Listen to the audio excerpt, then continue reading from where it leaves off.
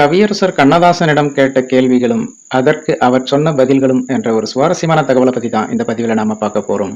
வாங்க பதிவிற்குள் போகலாம். உங்கள் உடல்நிலை சரியில்லாமல் தாங்கள் சமீபத்தில் ஆஸ்பத்திரியில் படுத்த படுக்கையாக கிடந்த போது இந்த கலை உலகை பற்றியும் கவி உலகை பற்றியும் ஏதாவது நினைத்தீர்களா என்று கவிஞர் கண்ணதாசனிடம் கேட்ட கேள்விக்கு அவர் சொன்ன பதிலாவது, நான் செய்ய வேண்டிய காரியங்களை காலத்தால் செய்யாமற் போனோமே என்று வருந்தினேன். என்னை எழுத விடாமல் தடுத்த சூழ்நிலைகளை எண்ணி பொறுமினேன். கடந்து போன காலங்களை வீணாக்கி விட்டோமே என்று கண்ணீர் வடித்தேன். அடுத்த பிறவியிலும் கவிதை கலையில் இதே திறமையை வழங்கும்படி ஆண்டவனை வேண்டினேன். அடாடா, சிந்திப்பதற்கு ஆஸ்பத்திரி தான் எவ்வளவு அற்புதமான இடம். காதலில் தோல்வியுற்ற தாங்கள் தங்கள் மகன் காதல் திருமணம் செய்து கொள்ள மனப்பூர்வமாக உத்தரவு அளிப்பீர்கள் என்று என் தோழி பந்தயம் கட்டுகிறாள். அன்புள்ள அத்தானில் ஹீரோவை பார்த்ததன் விளைவு. இதற்கு கவிஞர் கண்ணதாசன் அளித்த பதிலாவது, இது அவரவர் ஜாதகத்தை அவரவரே கணித்துக் கொள்ளும் யுகம். அவன் தலையெழுத்து அப்படியிருந்தால் சிவன் கூட மறுக்க முடியாது. அரசன் அன்றே கொள்வான், அதனால் பிரச்சனை முடிந்துவிடும். ஆனால் தெய்வம் நின்று கொள்ளும், இதனால் பிரச்சனை பெரிதாகி உருவாகி விடும் அல்லவா என்ற கேள்விக்கு கவிஞர் கண்ணதாசன் அளித்த பதிலாவது, பிரச்சனை எவ்வளவு பெரிதாகிறதோ அவ்வளவுக்கு அழிவு பெரிதாக இருக்கும், சந்தேகமே இல்லை. நோயை முற்றவிட்டு அறுப்பதும் மருத்துவத்தில் ஒரு சரியான பகுதியாகும். பிறகு அந்த நோய் வரவே வராது.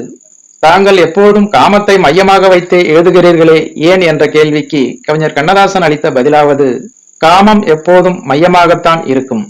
காமதாசன் என்ற பட்டப்பெயரை உங்களுக்கு வழங்கலாம் என்று இருக்கிறேன், ஏற்றுக்கொள்வீர்களா என்ற கேள்விக்கு கவிஞர் கண்ணதாசன் அளித்த பதிலாவது, ரொம்ப நல்லது, இடையில் ராஜா என்ற வார்த்தையும் சேர்த்துக் கொள்ளுங்கள். காமம் என்றால் அன்பு என்றொரு பொருளும் உண்டு. இவ்வளவு காலம் அரசியலில் மாட்டி தவித்தீர்கள், 2 வரிகளில் அந்த அனுபவத்தை படம் பிடியுங்களேன் என்று கேட்டதற்கு கவிஞர் கண்ணதாசன் அளித்த பதிலாவது, அரசியலில் எனது உருவத்தை சிதைத்து காட்டியிருக்கிறது, ஆனால் என் சுயசரிதத்தின் பக்கங்களை அதிகரித்து இருக்கிறது. இலக்கியம் ஏற்றம் பெறுவது கருத்தாலா கற்பனையாலா என்ற கேள்விக்கு கவியரசர் கண்ணதாசன் கூறிய பதிலாவது, வெறும் கருத்தும் இலக்கியம் அல்ல, வெறும் கற்பனையும் இலக்கியம் அல்ல. மஞ்சள் கருவும் வெள்ளை கருவும் சேர்ந்துதான் கோழி பிறக்கிறது. ஏற்றம் என்பதும் இரண்டும் சேர்ந்துதான் பெற முடியும். கவிஞன் வாக்கு பொய்க்காது என்னும் கூற்று பற்றி தாங்கள் கருத்து யாது?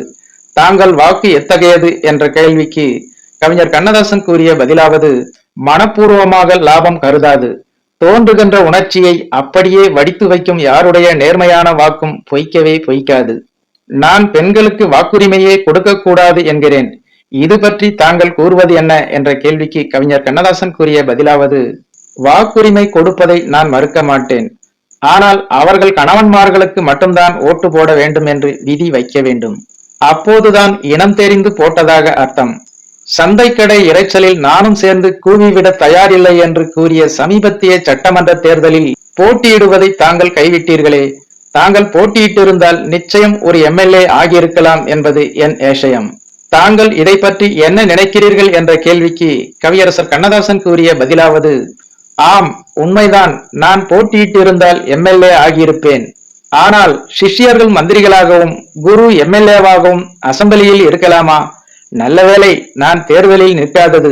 கம்பராமாயணம் பரவிய அளவுக்கு சிலப்பதிகாரம் பரவவில்லையே ஏன் என்ற கேள்விக்கு கவியரசர் கண்ணதாசன் கூறிய பதிலாவது, கற்பனையிலும் கருத்தோட்டத்திலும் கம்பன் வியப்புக்குரியவனாக காட்சியளிக்கிறான், இளங்கோவடிகள் மதிப்புக்குரியவனாக காட்சியளிக்கிறான், அவ்வளவுதான்.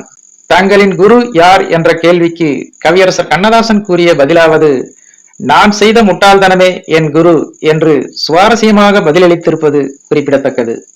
ஓகே ஃப்ரெண்ட்ஸ், இந்த ஒரு சுவாரஸ்யமான தகவல் உங்களுக்கு பிடித்திருக்கும் என நம்புகிறேன். மேலும் இது போன்ற பல சுவாரஸ்யமான தகவல்களை பற்றி தெரிந்து கொள்ள நம்முடைய சேனலுக்கு உடனே ஒரு லைக் போட்டு சப்ஸ்கிரைப் பண்ணி சப்போர்ட் பண்ணுங்க. நன்றி, வணக்கம்.